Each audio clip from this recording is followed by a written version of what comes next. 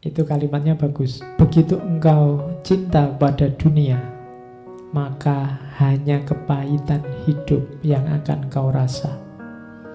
Tidakkah engkau tahu hakikat dunia yang awalnya bening dan akhirnya asin? Itu Abu Nuwas mengingatkan kita bahwa dunia yang kita cintai ini punya hakikat positif di awal, tapi lama-lama dia akan jadi negatif. Ini hakikatnya dunia sudah. Manusia awalnya muda, kuat, jago, tapi lama-lama dia akan menyusut, menurun, jadi tua, jadi lemah. Makan enak, seenak apapun makanan, awalnya enak, tapi coba kamu tambah dari 1 piring jadi 2 piring, enaknya tinggal setengah, kamu tambah lagi jadi 3 piring, enaknya tinggal 1/4, kamu tambah lagi sampai piring kelima kamu akan muntah. Yang enak tadi jadi tidak enak. Itu hakikatnya dunia.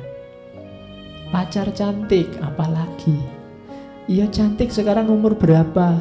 10 tahun lagi, 20 tahun lagi, 30 tahun lagi, sudah setara kita selevel. Sama. Jadi kalau kamu nembak terus jawabannya tunggu ya 30 tahun lagi, oh itu sudah berubah banyak pasti sudah. Oh manusia, dunia levelnya menurun. Jadi awalnya bening, akhirnya asin. Maka kalau kita jatuh cinta pada dunia, siap-siap sakit dan kecewa. Karena dunia itu dahsyat nikmat di awal dok. Lama-lama kualitas kuantitasnya menurun. Jadi jangan jatuh cinta pada dunia, rugi, eman-eman. Jadi jatuh cintalah pada yang lebih hakiki. Saya lupa pernah baca di mana. Kalau akhirat itu kebalikannya dunia. Akhirat itu tambah lama, tambah meningkat, tambah berkualitas. Cuma ya mungkin teori yang lain, kitab yang lain. Jadi ceritanya kalau di akhirat itu misalnya hubungan suami istri awalnya enak, diulang lagi tambah enak lagi, tambah enak lagi. Beda sama di dunia, tambah enak 2 kali 3 kali KO kamu sudah. Ya kalau di akhirat itu ada yang kitab yang cerita begitu. Sebenarnya itu metafor untuk menunjukkan kalau bedanya dunia sama akhirat. Maka yang kita cintai harusnya yang lebih hakiki, ketuhanan dan akhirat, bukan yang dunia. Terus ini sindiran. Wahai orang-orang yang peduli pada agama, ketahuilah bahwa kebebasan dan pemaksaan itu tidak ada. Semua yang kau tuduhkan tak ada benarnya selain kematian dan alam barzah.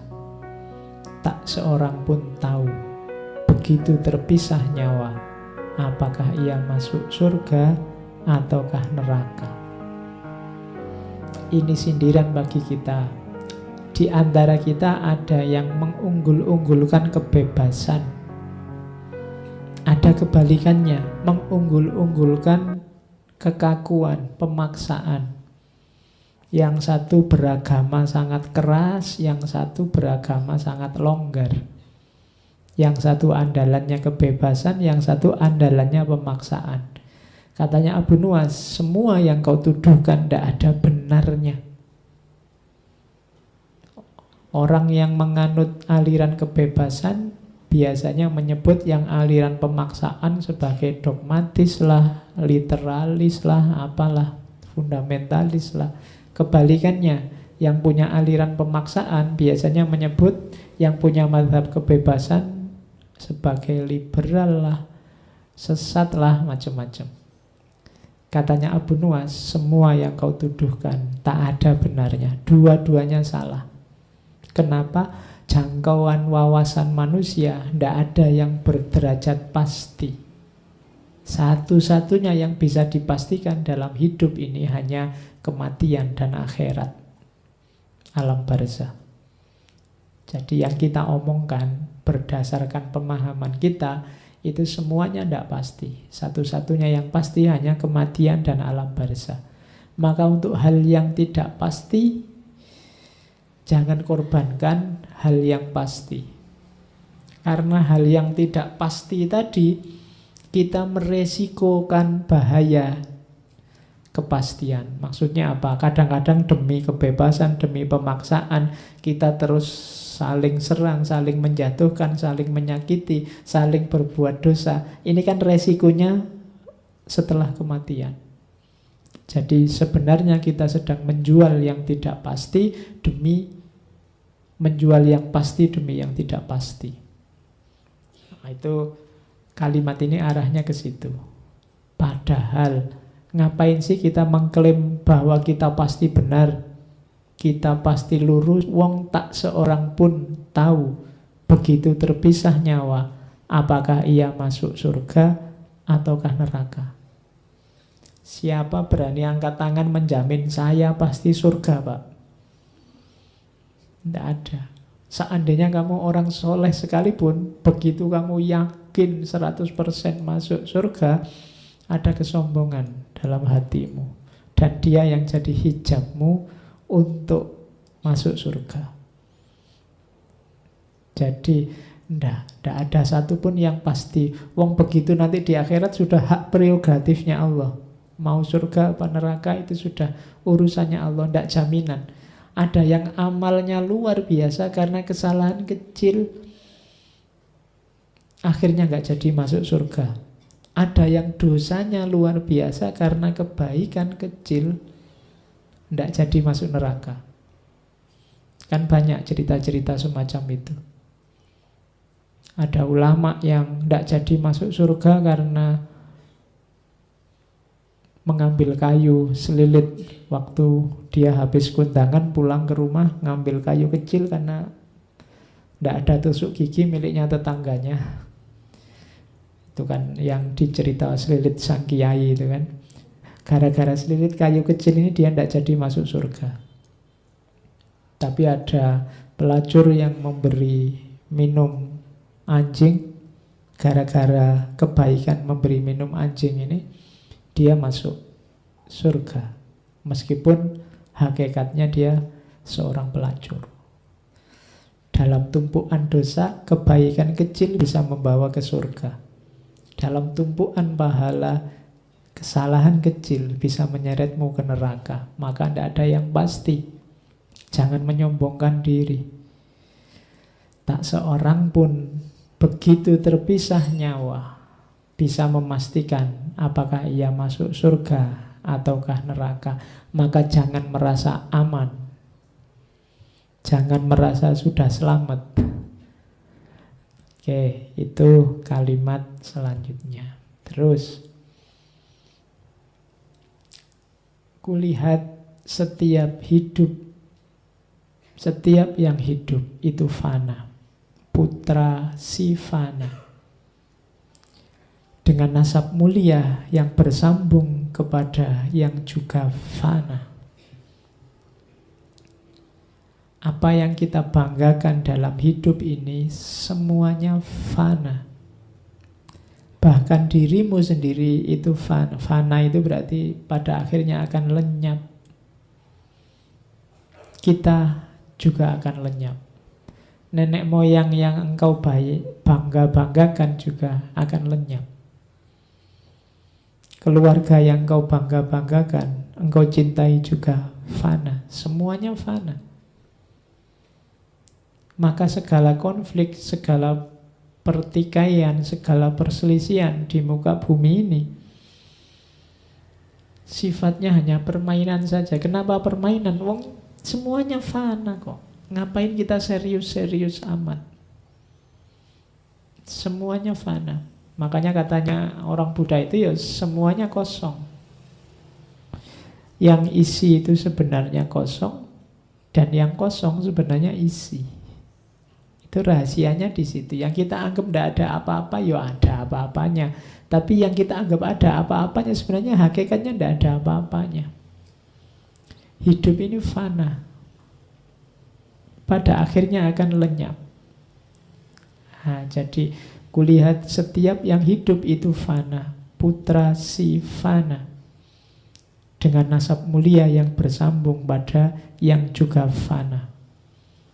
Nah, itu nasihat dari Abu Nuwas. Bayangkan bedanya tadi, syair-syair di awal yang begitu liar, begitu mabuk, begitu hura-hura, ternyata babak terakhir kehidupannya begitu indah. Dia masuk ke ranah sufistik, memahami hakikat, ada momen pencerahan dalam hidupnya sehingga banyak nasihat-nasihat berharga yang kita dapat. Makanya dia tergolong tokoh besar yang kita ingat sampai hari ini. Itu saya bawa juga. Saat seorang cerdas menelaah dunia, ia akan menemukan seorang lawan yang berbaju kawan. Dunia ini seolah-olah kawan kita, tapi hati-hati, dia ini bisa berubah jadi lawan kita. Dunia ini harusnya membantu kita, mendorong kita untuk menuju Allah, kembali pada Allah, tapi hati-hati, dia juga potensial untuk menjegal langkah kita menuju Allah. Dia ini kawan, harusnya jadi kawan, tapi kalau kita tidak hati-hati, dia akan jadi lawan. Terakhir, ini. Kalau ini kalimat-kalimat terakhir juga dari Abu Nuwas, lebih baik mati karena cengkraman kesunyian daripada mati karena payahnya, capeknya kecerewetan. Betapa sering engkau kehilangan diri dalam kelakar. Ini saya potong dari syairnya. Hari ini kemungkinan kita akan mati dalam payahnya kecerewetan. Semua orang cerewet hari ini. Kita akan lihat yang kita pegang tiap hari kan, isinya suara dalam bentuk tulisan. Kita hidup dalam belantara kata-kata, itu payahnya kecerewetan. Padahal akan lebih baik kalau kita mati dalam kesunyian, keheningan. Ada banyak makna, ada banyak rahasia dalam keheningan. Begitu kita hidup dalam belantara kecerewetan tadi, kita akan kehilangan kejernihan. Kita akan kehilangan yang hakiki. Karena yang tempelan sangat banyak, maka yang sejati tidak akan terlihat. Semakin banyak kata-kata mengepung kita, semakin sulit kita mencari yang sejati. Maka carilah ruang di mana engkau bisa hening, engkau bisa sunyi, biar jernih melihat dunia ini. Kalau kita sibuk terus, capek terus dengan kata-kata, maka kita akan kehilangan kejernihan. Kita akan mati karena payahnya kecerewetan. Katanya Abu Nuwas bahkan, betapa sering engkau kehilangan diri dalam kelakar. Kelakar itu kan ngomong ngalor ngidul yang tidak jelas.